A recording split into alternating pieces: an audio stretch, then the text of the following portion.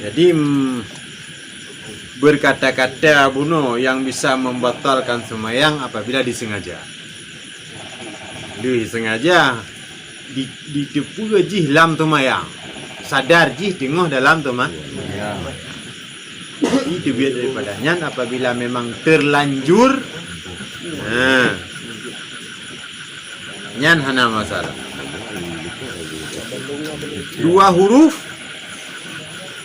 huruf yang hana memberi faham.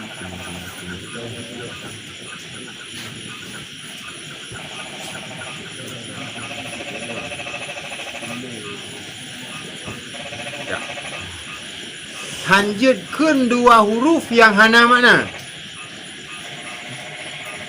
Anyan hanjutkan satu huruf yang mempunyai makna.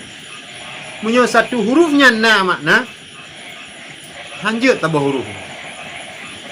Tapi punya dua huruf tidak punya makna.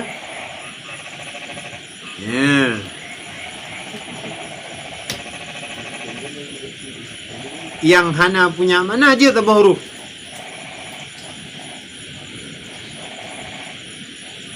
Empuk. Munyo yang hana makna baru batu berdua huruf. Tapi munyo yang na makna tambah huruf pi ka batu. Lagi takun qi. Qi na mana? Dua makna qi.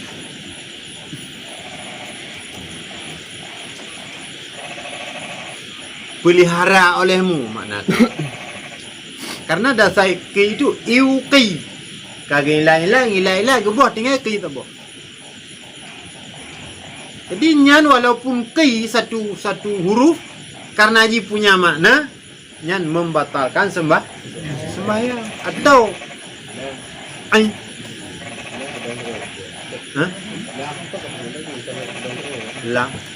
Mana pun dalam la tidak pakai alif la.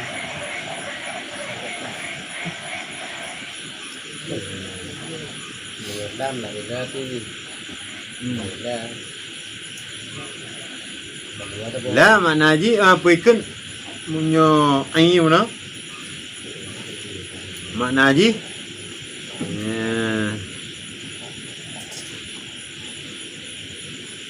ingat olehmu yang bak surah hana sengaja tengok.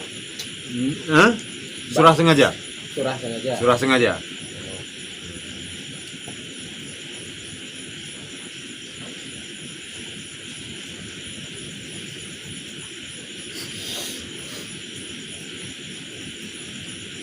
Berarti moyo sengaja, moyo hana makna berarti dua boh, taboh. Dua boh betul. Dua boh berarti Taboh ji. Taboh hana betul. Munyo na mana taboh pi betul.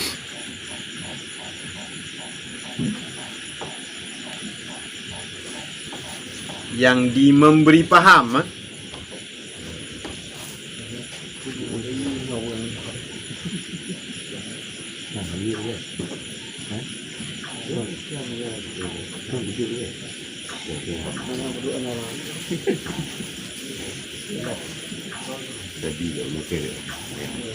Kak, nyo yang lebih jelas.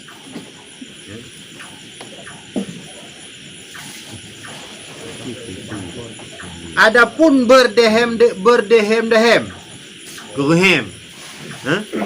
dan menangis dalam sembahyang, dan mengerang, bukan mata aja.